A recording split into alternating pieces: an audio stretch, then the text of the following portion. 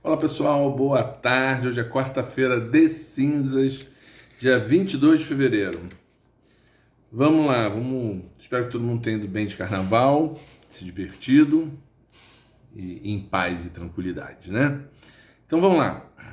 No dia em que foi vacinado, Bolsonaro, depois, mais tarde, numa live, disse o seguinte, aspas para Bolsonaro: vamos focar na vacina?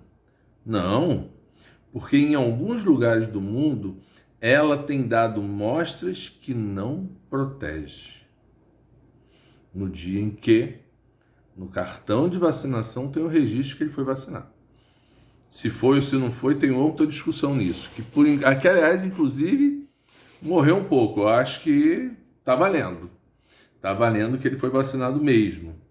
O que é mais uma vergonha, mais uma barbaridade do período que vivemos nesses últimos 4 anos.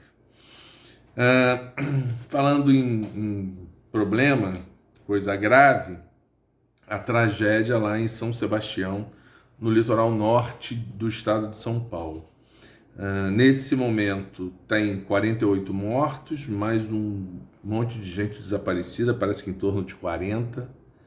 Tem um trecho da estrada Rio-Santos está completamente soterrado e há informações de que há carros ali debaixo, ou seja, carros com pessoas, né? Então, assim, esse número pode aumentar bastante.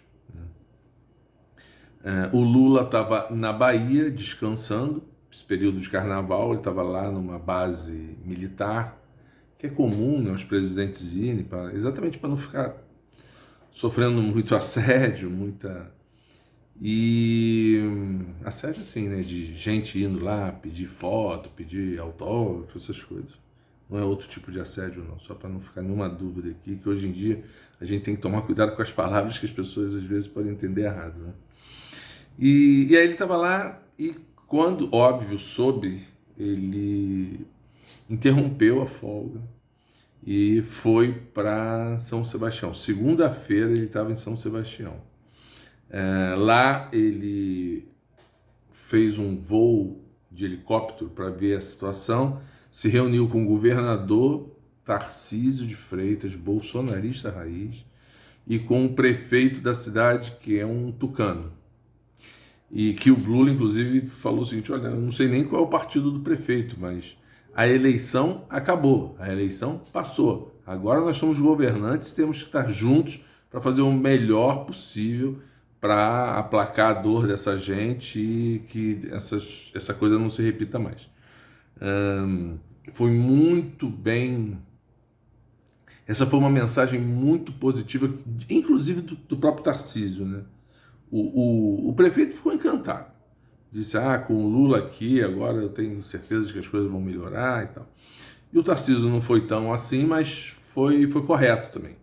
Estavam lá juntos, sem pinimba entre eles, né? O Lula levou 5 ou 6 ministros junto com ele, ministros de áreas importantes, né, para tratar desse assunto. Colocou à disposição o Exército, a Marinha, botou dinheiro lá, porque nessas horas o dinheiro faz falta. O Haddad, que não foi para lá, mas, enfim, estava todo mundo mobilizado, o Haddad determinou que a Receita Federal liberasse mercadorias apreendidas. Essas mercadorias que apreendem em portos, aeroportos, que as pessoas chegam trazendo coisa que não pode, enfim. E dentre essas mercadorias, roupas, calçados, artigos de higiene, artigos de limpeza, 60 toneladas de material apreendido que normalmente é leiloado para o valor retornar para os cofres da União. O Haddad mandou liberar e foi ótimo. É um governo de verdade, né? Isso é um governo. Isso é um governo que sai tomando as providências com rapidez, inclusive. E aí, como os bolsonaristas não têm o que falar, né? O Bolsonaro, só para ter um exemplo, quando, eu não me lembro qual foi o ano, na Bahia estava tendo tragédia semelhante, ele estava andando de jet ski em Santa Catarina. E ele disse: lá o pessoal O pessoal lá se resolve. Ficou lá andando de jet ski, falou, não vou me interromper minhas férias não, ficou lá andando de jet ski. É uma diferença abissal. Aí, como eles não têm o que falar, eles resolveram falar da Janja. E assim, a Janja estava na Bahia com o Lula. O Lula foi para lá, presidente da República, e a Janja ficou na Bahia e foi no carnaval, naqueles trios elétricos lá da Bahia e tal, não sei o quê. Aí falaram, a Janja não podia ter ficado no carnaval, tinha que ter ido com o Lula para São Sebastião. Gente, o presidente da República é o Lula, não é a Janja. Deixa a Janja lá no carnaval dela em paz. Só para a gente lembrar também, Bolsonaro deixou no orçamento desse ano a verba para evitar tragédias, como é que é? Não, desastres, desculpa, gente. Orçamento para desastres, esse tipo de desastre, né, meteorológico, etc. e tal. Bolsonaro deixou 25 mil reais no orçamento. 25 mil reais. Não dá nem se tivesse caído, sei lá, uma casa só. Né? Caíram dezenas. Além de estrada, enfim, tudo mais. A PEC da transição, que a CNN chamou de PEC da gastança, que a Veja chamou de PEC não sei do que e tal, não sei o que, ela conseguiu trazer para o lugar dos 25 mil 1 bi e 200, que ainda é pouco. Já se teve recursos para esse tipo de situação de 10 bi, lá há muito tempo atrás. Mas foi o que o governo conseguiu botar naquela negociação da PEC, conseguiu botar 1 bi e 200 milhões. E isso é que está, não é tudo, não está gastando tudo, obviamente, mas isso é que está possibilitando essa ajuda imediata. Agora, a imprensa fala assim, não pode deixar as pessoas irem para aquela área, tem que tirar as pessoas de lá e tal.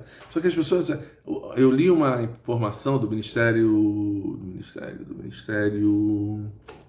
do Desenvolvimento Regional de que tem 4 milhões de pessoas no Brasil, isso é um levantamento inicial, em situação de risco assim, de moradia. Moradia que a qualquer momento pode ter uma tragédia desse tipo. Como é que você bota essas 4 milhões de pessoas aonde? Porque assim, o que acontece? A população está lá, esse lugar era assim. Lá, tempos atrás, isso era uma vila de pescadores, gente. Pessoas pobres vivendo ali, da pesca, uma birosquinha aqui, uma birosquinha ali e tal. São praias bonitas, eu não conheço, mas dizem que são praias muito bonitas e tal, não sei o que lá. A classe média e a classe rica adotaram aquilo lá. E aí, quando adota, começa a construir condomínios luxuosos, casas maravilhosas e tal, não sei o que lá. E as pessoas pobres vão sendo expulsas do lugar. Isso tem um nome, se chama gentrificação. É um lugar típico, assim, de uma população, pode ser povo ribeirinho, pode ser indígena, pode ser várias coisas assim. E aí, quando a classe média, gostei daquilo ali, aí tem uma especulação imobiliária absurda. Óbvio que aquelas pessoas não conseguem ficar ali, de um modo ou de outro elas são tiradas, ou por bem ou por mal, muitas vezes. E elas vão para onde? Elas podem ir aí, vão para as áreas perigosas. E a imprensa não trata disso, porque para tratar disso, por exemplo, lá, ontem o Guga Chakra estava falando, mas não aprofundou, que lá onde tem as casas, diz que tem terrenos assim, de 15 mil metros, 15 mil não, mais, 15 quilômetros assim, de espaço e tal.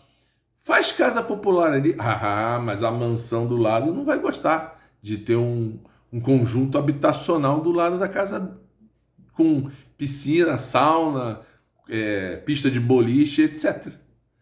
Então é isso. E aí, como o Brasil não faz essa discussão a fundo, porque a elite, a classe dominante, não deixa fazer, a verdade é essa, é isso.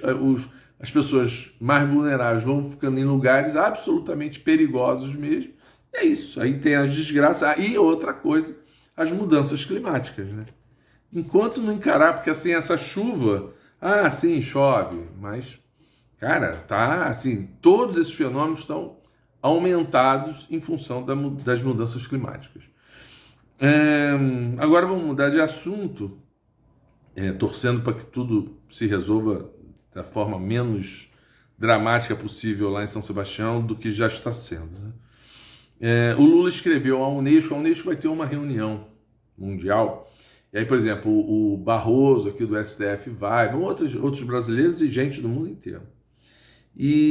Só que o Lula não vai. Então ele escreveu e vai ser lido o que ele escreveu lá na reunião da Unesco.